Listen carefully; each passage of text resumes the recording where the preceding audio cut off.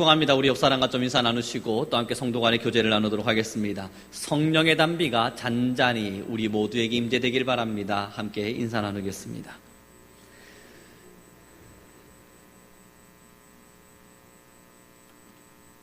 오늘은 비가 주룩주룩 내렸습니다. 그러다 보니 몸이 노곤할 수 있는 충분한 그러한 환경 속에서 우리는 예배를 합니다.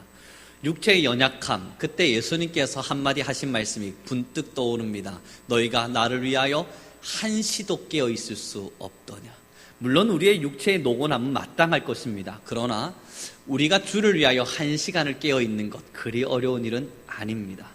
이 1시간이 우리의 영을 살림에 있어서 가장 귀중한 시간이 될 수 있다면 우리 함께 이 1시간 조금 더 집중하고 깊이 있는 마음으로 하나님의 말씀을 받을 수 있기를 바랍니다. 그를 위해서는 먼저 마음의 준비가 필요하겠죠. 지금 나는 주의 말씀을 받습니다. 이 마음으로 우리 함께 하나님의 말씀을 받고 또 하나님의 말씀을 나눌 수 있는 시간 되기를 소망하겠습니다. 우리 함께 11절과 12절 말씀을요, 다시 잠도 좀 깨고 육체의 노곤함도 이긴다 생각하시고 내 정신을 하나로 일도한다 생각하시면서 11절 12절 말씀을 큰 목소리로 읽어보도록 하겠습니다. 시작.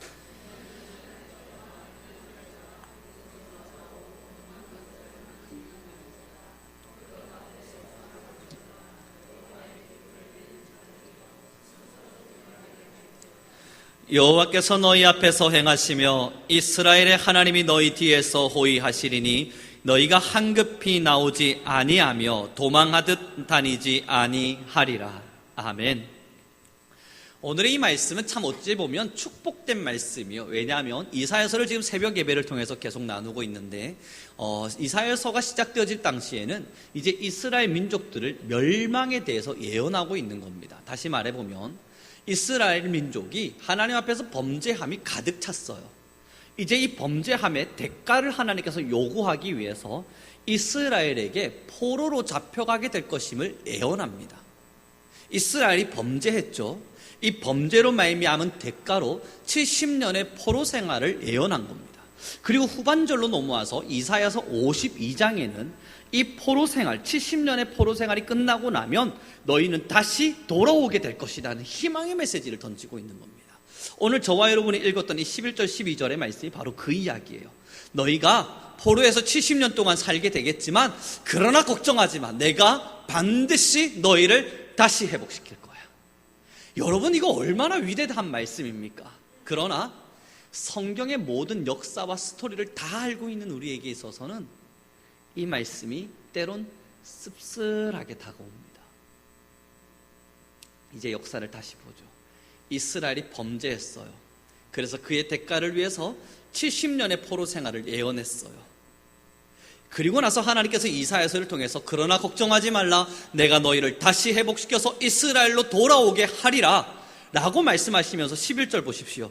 떠나라 떠나라, 거기서 나와서 부정한 것을 다시는 만지지 말고 너희는 그 가운데서 나와서 정결을 유지하라. 하나님이 예언하셨죠. 그런데 우리는 이스라엘 역사를 너무나 잘 압니다.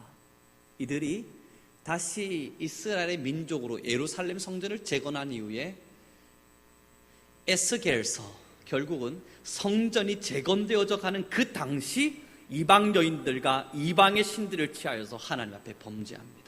여러분, 이 역사가 굉장히 놀라운 사건이에요. 70년의 포로 생활이 끝났다고요.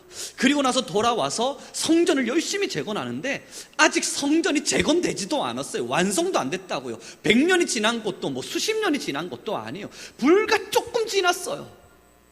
그런데 이스라엘 민족들이 포로 생활 끝나고 돌아오자마자 했던 일이 뭐냐고요. 이방 여인을 취하고 이방 신을 섬기고 하나님의 말씀을 멸시했던 겁니다. 지금 이 이사야서의 말씀의 이야기, 주님께서 떠나라, 내가 너희에게 70년의 포로 생활을 주겠으나 그러나 거기서 돌아와서는 죄를 떠나라, 그래서 정결하라 예언하셨지만 그들은 그러지 않았습니다. 그래서 이 이스라엘의 역사를 알고 있는 우리에게 있어서는 알 수 없는 씁쓸함이 밀려오는 거예요. 왠지 나 같아서, 왠지 저 이스라엘 민족 같아서가 아니라, 그래 역시 이스라엘 민족들 참 못된 사람들, 참 나쁜 사람들, 그게 아니라 그 역사 스토리에 기록되어 있는 내용 하나하나를 꼼꼼히 보다 보니 왠지 살아가는 삶의 패턴, 그것이 꼭 나와 같아서 하나님의 은혜를 누리고 이제 그 은혜 안에 서서 돌아오라, 내가 너희를 회복하리니 너는 언제나 나만을 섬기라 라고 은혜를 누렸지만, 그 다음 날이 되어지면 또 수많은 죄와 죄성 가운데 무너지고 쓰러지면서 우상을 섬기고 하나님보단 다른 것을 더 사랑하며 나는 왜 이렇게 하나님을 뜨겁게 사랑하지 못하는가 한탄하며 그렇게 살아가는 우리들, 왠지 나 같아서 이 말씀이 씁쓸한 겁니다. 사랑하는 우리 선교 성도 여러분, 참 신기하게도 우리나라 역사에 보면요, 종과 양반이라고 하는 신분으로 나누어져서 신분 계급 속에서 조직화되어져 있던 시대가 분명히 있었습니다. 지금은 아니지만 불과 100년 전에도 우리는 신분의 관계 속에 살았습니다. 계급이 정확했죠. 그런데 그 역사의 이야기를 좀 보다 보면요, 양반들이 가난해지기 시작했어요. 글만 읽다 보니까 양반들이 돈이 없잖아요.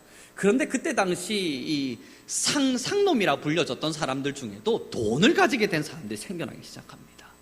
그러면서 그 사람들이 돈을 가져다가 뭘 했냐면 양반의 신분을 사는 거예요. 가난한 양반들에게 가서 너 족보 위에 좀 올려주라, 그리고 나 양반 시켜줘, 그럼 내가 너한테 이만큼 돈을 줄게. 그리고 나서 양반의 신분을 사는 거예요. 이제 자기는 양반이 되었어요. 종이 아니에요. 이제 자기는 그 일반적으로 이야기되어지는 하층민이 아니라 양반이 되었어요. 그런데 역사의 기록에 보면요, 비가 오면 양반인지 아닌지를 구분할 수 있답니다. 돈을 주고 산 양반은 비가 오면 열심히 뛰어요. 비 온다. 그런데 진짜 양반은 비가 와도 걸어요. 그걸 보면 이 사람이 돈을 주고 산 양반인지 아닌지를 구분할 수 있답니다. 신분은 양반이 됐는데 습성을 못 버리는 거예요. 내가 신분은 양반이 되어서 돈을 주고 양반을 샀는데 이놈의 습성이라는 게 남아서 어린 시절부터 종살이 하면서 그렇게 살다 보니 뼛속까지 박혀있는 이 습관이라고 하는 게 변하지가 않아서 비만 오면 나도 모르게 뛰는 겁니다. 맛있는 음식이 나오면 나도 모르게 개걸스럽게 그 밥그릇을 들기 시작하는 거예요. 양반은 배가 고파도 밥그릇을 들지 않아요. 하지만 돈을 주고 산 양반은 나도 모르게 밥그릇을 휘어잡는 겁니다. 이게 습관이고 습성이에요. 사랑하는 우리 성도님들, 이스라엘이라고 해서 포로 생활로 돌아오자마자 하나님을 거역하고 싶었겠습니까? 그들도 돌아오면서 할렐루야, 주가 나를 구원하셨네, 하나님이 예언을 성취하셨네, 주가 우리의 주인이 되셨네, 얼마나 노래하면서 시편에 기록이 있지 않습니까? 꿈꾸는 자와 같도다, 이제 우리가 꿈꾸는 것과 같도다, 기뻐하면서 그 이스라엘을 향하여 돌아왔단 말이에요. 하나님께서 이 죄의 종으로 살고 있던 우리를 자유인으로 옮겨주셨고, 죄와 사망의 법 아래 살고 있던 우리를 해방시키셔서 하나님의 백성 신분 삼아 주셨습니다. 문제는 버려지지 않는 습성이에요. 신분은 바뀌어졌는데 이 습성이 남아있어서 계속 죄를 짓는 거예요. 하나님 날 구원하셨네, 주가 나를 구원하셨네 찬양했는데 이 죄의 종으로 살고 있던 습성이 여전히 내 안에 남아있어서 죄의 종으로 살고 있던 이스라엘의 삶의 습성이 여전히 그들에게 남아있어서 잘 버려지지가 않는 겁니다. 산에 가면 큰 고목나무가 있습니다. 많은 풍파를 맞아서 큼직해지고 썩을 대로 썩어 있죠. 근데 그 고목나무가 처음부터 고목나무였겠냐고요? 아닐 거예요. 처음에는 하늘의 씨앗으로 시작됐을 겁니다. 땅에 누군가 알 수 없는 한 명의 사람이 씨앗을 심었어요.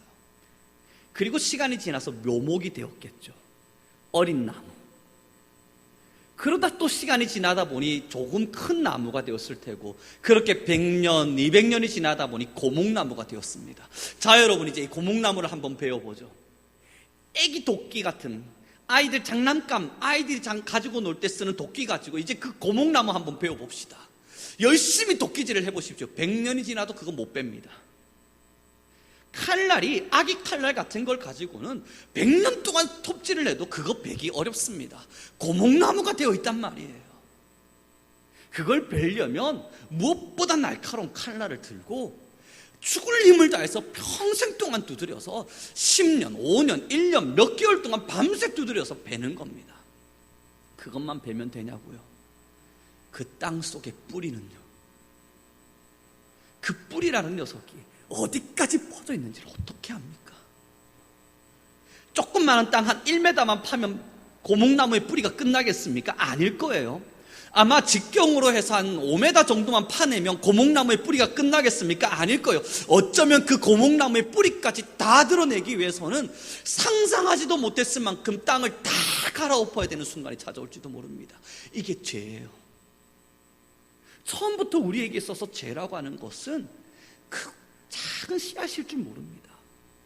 그런데 죄인의 모습으로 5년, 10년, 30년, 40년을 살아왔단 말이에요. 이게 우리 안에 고목나무가 되어서 깊은 죄성으로 자리 잡혀 있다고요. 이거 베내는데 하나님, 나 이제 주의 말씀 따라 살겠습니다, 이 한마디의 각오로 정말 가능하겠습니까? 안 돼요.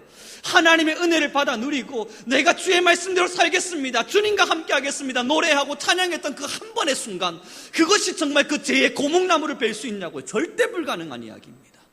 하나님의 날카로운 도끼의 칼날을 가지고 매일매일을 쳐내도 그 고목나무 하나 쳐내는 것이 얼마나 어려운 일인지 몰라요.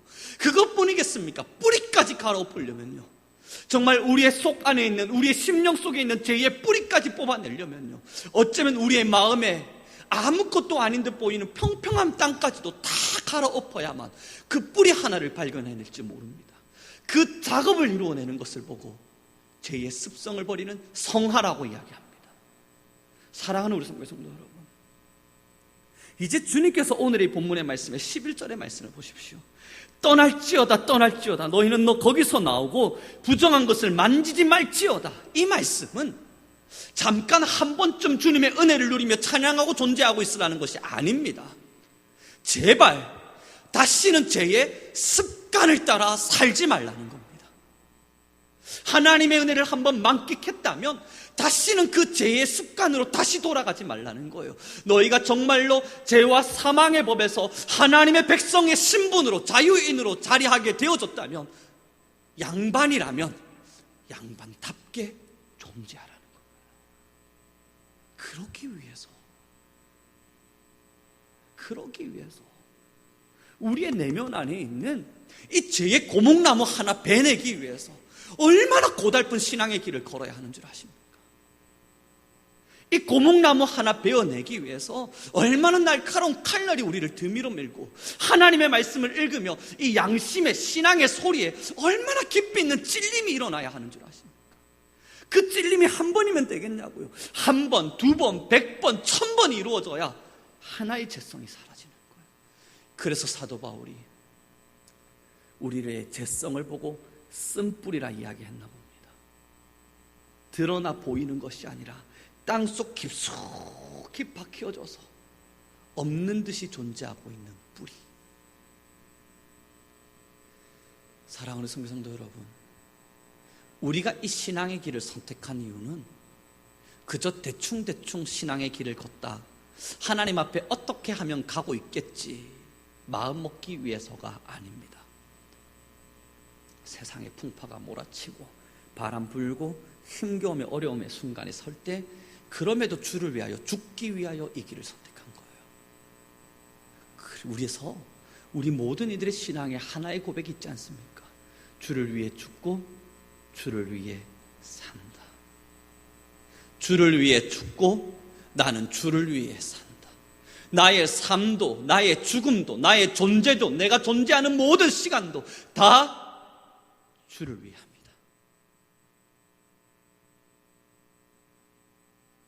그리고 다시 이 본문의 말씀 앞에 서면 자기를 돌아보게 될 것입니다.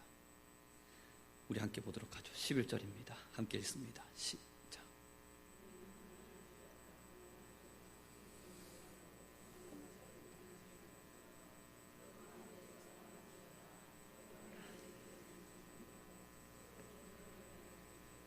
이제 오늘의 본문의 말씀은요, 이스라엘을 향해서 이야기하는 게 아니에요. 70년의 포로 생활을 끝마치고 돌아오는 이스라엘 향해서 떠나라 외치고 있는 게 아닙니다. 여전히 제 고목나무를 여러분들의 마음속에 심어놓고는 하나님을 섬기는 것처럼 앉아있는 우리 모두를 향한 하나님의 음성입니다.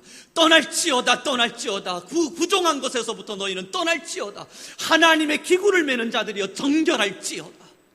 이 말씀은 이제 우리의 내면 안에 숨겨놓았던 고목나무 베내라는 겁니다. 제 고목나무를 베내고 그 뿌리까지 다 뽑아내라는 겁니다. 그를 위하여 여러분 어떤 수고를 해야만 하겠습니까? 그 일을 이루기 위해서 우리가 이루어야 할 일이 무엇이겠습니까? 1시간 30분의 기도? 하나님의 말씀을 한 장 정도 읽어가며 큐티하는 시간?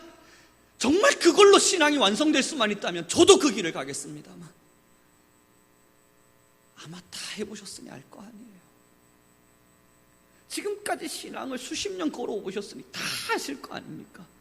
정말 하루에 30분의 기도면 우리의 신앙에, 우리의 내면 안에 있는 죄를 지울 수 있습니까? 정말 1시간의 큐티만 있으면, 하루에 딱 1시간만 큐티하면 정말 내 내면 안에 있는 죄를 지울 수 있습니까? 그렇게 편안한 신앙이었다면 울고불고 부르짖을 이유가 없습니다. 살려달라 살려달라 주님께 하소연할 일도 없습니다. 주님, 제발 나의 이 죄의 근성에서 나 좀 살려달라, 제발 나 좀 살려달라, 울 일이 없습니다. 1시간만 큐티하면 되는 거, 그거 뭐 어렵습니까? 1시간만 하면 된다는데요.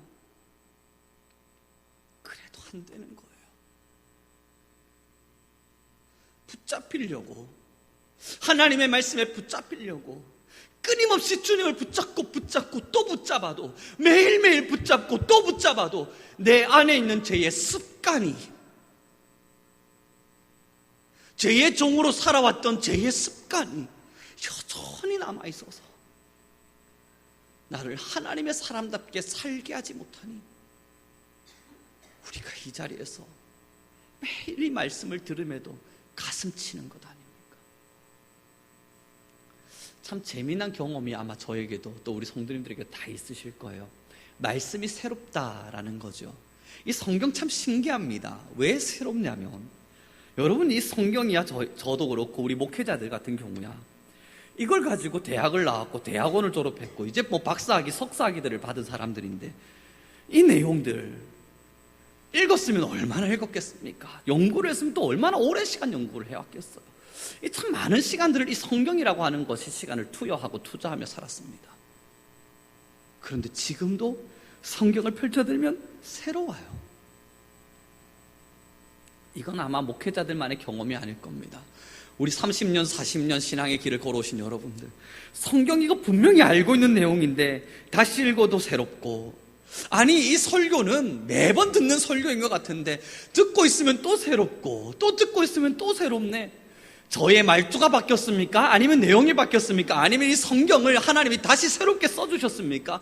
아니에요. 이건 2000년의 역사 동안, 아니면 4000년의 역사 동안 단 한 번도 바뀌지 않고 있는데 늘 성도들에게 새롭게 다가와요. 왠 줄 아십니까? 그것이 왜 그런 줄 아십니까? 내 안에 죄가 있고 그 죄로부터 이기고자 하는 갈망이 있는데, 그때마다 들려지는 하나님의 말씀이 톡톡 느껴지니, 야, 새롭다. 오늘도 이 말씀으로 나를 살리시는구나. 오늘도 이 말씀으로 나를 새롭게 하시는구나.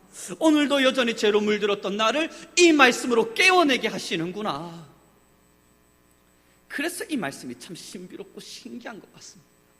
사랑하는 성도 여러분, 30년의 신앙의 길, 40년의 신앙의 길을 걸어도 왜 눈물이 마르지 않습니까? 아직 이 마음에, 이 심령에 주를 닮아가기엔 터무니없이 부족한 죄의 습성을 보기 때문입니다. 그리스도를 알고 있는 사람이라 말하기엔, 그래도 하나님의 사람이라 말하기엔 터무니없이 부족한 죄 많은 연약한 사람을 보기 때문이에요. 그래서 눈물이 마를 날이 없는 거예요. 먹고 사는 거요, 노력하면 되죠. 돈 조금 없는 거요, 그것 때문에 뭐 그리 울만한 일입니까? 영적으로 괴로운 거예요. 내가 왜 아직 이 죄를 버리지 못하는가? 내가 왜 아직 이 죄의 고목나무를 쳐내지 못하는가? 조금 가난한 거요. 우리 그거 못 버틸 만큼 힘겨운 사람들 아니지 않습니까? 어쩌면 저보다 우리 권사님들 보릿고개 지나서 60년대, 70년대 그 우리나라의 산업혁명을 지나오셨던 분들 아닙니까?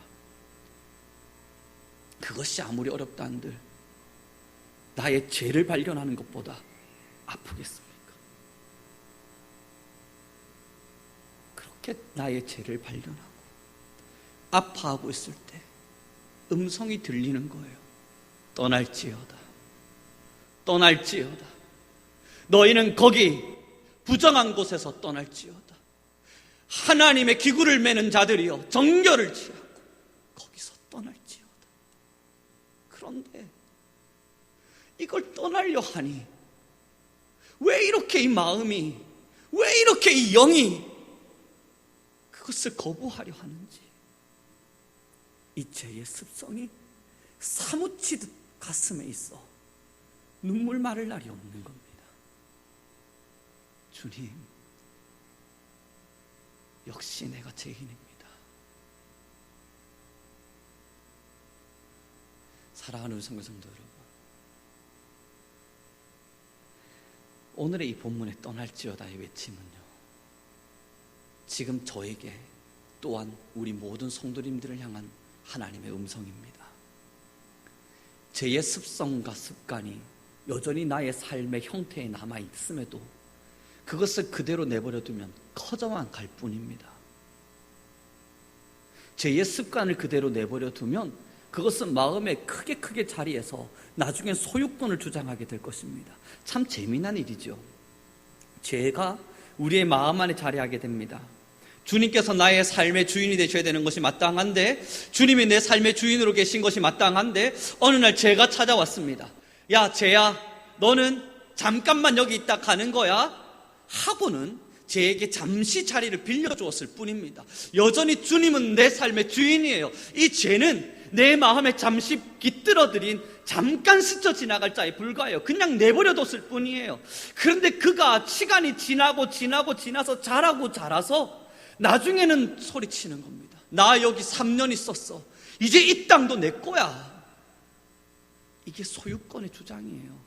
우리나라 법도 그런 게 있지 않습니까? 이 땅이 내 땅이 아니지만 거기서 농작물 짓고 오래오래 살다가 20년, 30년 지났어요. 그리고 나서 이거 내 땅인 줄 알았는데 그 땅 인정해 줍니다. 그런 거 아닙니까?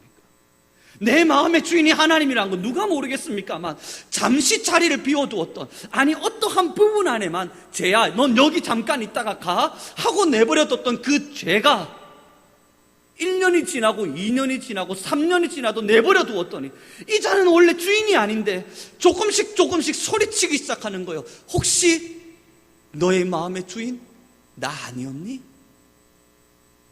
하나님 말고 나를 주인으로 섬겨봐.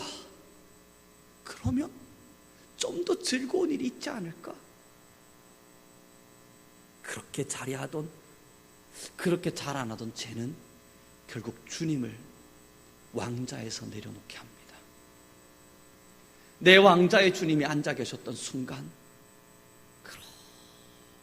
그렇게 고달픈 신앙의 길도 기쁨으로 갈 수 있었던 우리가 주님을 왕자에서 내려놓는 순간 고달픈 신앙길? 아니요, 긍정의 신앙길. 십자가를 지고 걸어가는 골고다길? 아니요, 명예와 영광의 왕자. 그것을 꿈꾸며 죄에게 우리의 모든 자리를 내어놓게 됩니다. 이젠 주님이 걸거칠 뿐이에요. 내 마음에 여전히 신앙이 남아있다는 것, 하나님의 양심이 그래도 내 마음 안에, 나의 양심의 사리에, 조리에 조금이나마 자리하고 있어서 내가 제대로 살려고 그럴 때, 내가 죄를 따라 살아가려고 그럴 때, 아들아 그러지 말렴, 속삭이는 그 음성조차 듣기 싫어서 주님 저쪽으로 좀 가 있으십시오. 지금은 죄가 나의 마음의 주인입니다. 속삭이는 그 음성조차도 이제는 내게 너무너무 버거우니 하나님 제발 저기 내게 들리지 않는 저 먼 곳으로 가 있어 주십시오.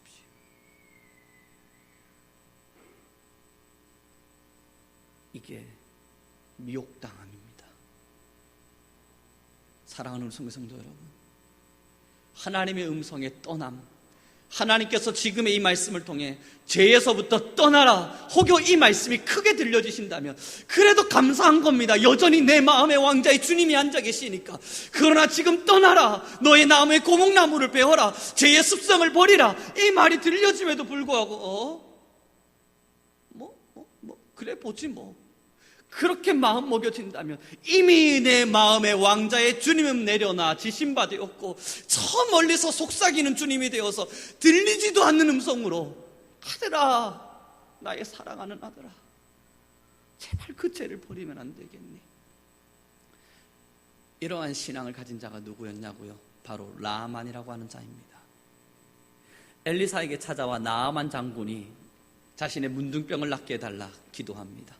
참 신기하죠. 요단강에서 7번을 씻었더니 나아만 장군은 그곳에서 씻김을 받습니다. 그리고 나서 열왕기상 5장 18절의 말씀의 기록에 보면요, 어떤 기록이 있냐면, 내가 나의 왕과 함께 어쩔 수 없이 이 우상의 신상 앞에 가야만 합니다. 그리고 그 앞에서 절할 수밖에 없습니다. 엘리사여, 나의 여호와 영광의 하나님이여, 그것만은 봐주십시오. 하나님의 은혜를 바로 만끽한 이후에도 나아만이 엘리사를 향해 이야기했던 이야기입니다. 내가 우상을 향해 잠깐 절할 수밖에 없습니다. 상황상 그것만은 이해해 주시기 바랍니다. 그렇게 자리하게 된 죄가 다시 왕자를 차지하는 데는 그리 오래 걸리지 않습니다. 사랑하는 성도 여러분, 지금 떠나라는 이야기를 계속 강조할 뿐, 그럼 뭘 떠나라고, 어디서 떠나라고, 어떻게 떠나라고, 이것을 말씀드릴 수 없는 이유는 각자 다 다르기 때문이에요.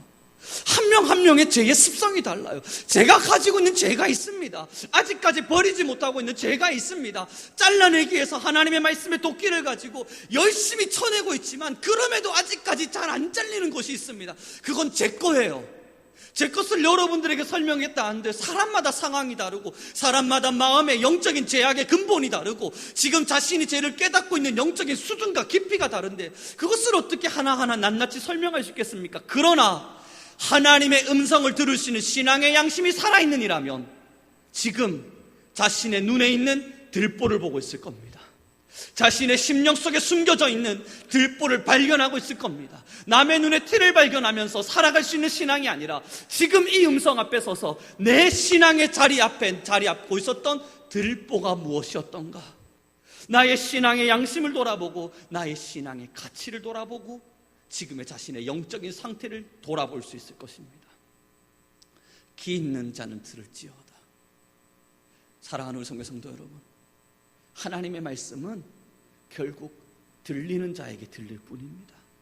그래서 너무 마음이 아픈 거예요. 그래서 너무너무 감사한 거예요. 그래서 마음이 너무 찢어지듯 아픈 거예요. 그러나 그래서 하나님을 향해 찬양할 수밖에 없는 거예요. 이 말씀은 하나님의 음성 앞에 서기를 원하는 자들에게 들려지는 하나님의 축복이기 때문에 말씀을 마무리 짓기를 소망합니다. 떠나는 건 어렵죠. 나무를 베낼 땐 아프죠. 그래서 우리는 신앙의 길을 걷는 겁니다. 아파서. 말씀을 마무리 지으며 신앙은 절대 편안한 일이 아닌 듯합니다.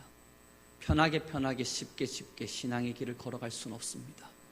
유교의 사상에 물들어 있던 우리가 그것을 배워내는 데까지 걸리는 시간, 어릴 때부터 불교의 문화 속에서 자리하고 있었던 우리가 그것을 배워내는 데까지 걸리는 시간, 수많은 학교의 생활과 시간들을 보내어가며 여전히 제2의 세계관의 가치관 속에서 이 세상이 만들어 놓은 세상의 가치관을 배워내는 데 걸리는 시간, 그것을 버리는 데까지 해야만 하는 수많은 포기와 아픔, 내 것을 버릴 때 경험하고 견뎌야만 하는 통증, 그 모든 것을 이겨낼 때 신앙은 신앙으로서 완성이 이루어집니다.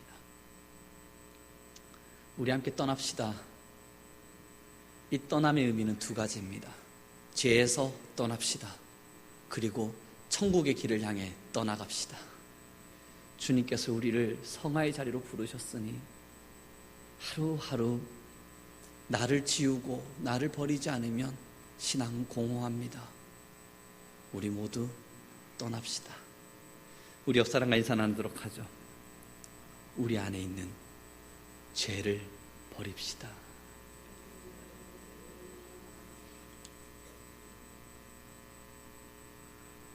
사랑하는 성도 여러분, 이것과 싸워야 신앙이에요.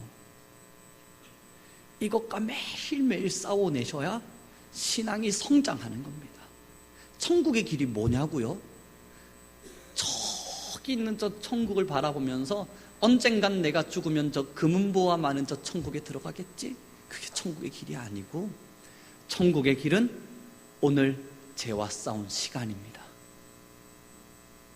내일 죄와 싸워갈 시간입니다. 그 시간들이 하나하나 블럭처럼 조립되어 천국의 길을 완성하고 여러분을 천국으로 인도하는 것입니다. 기도하겠습니다.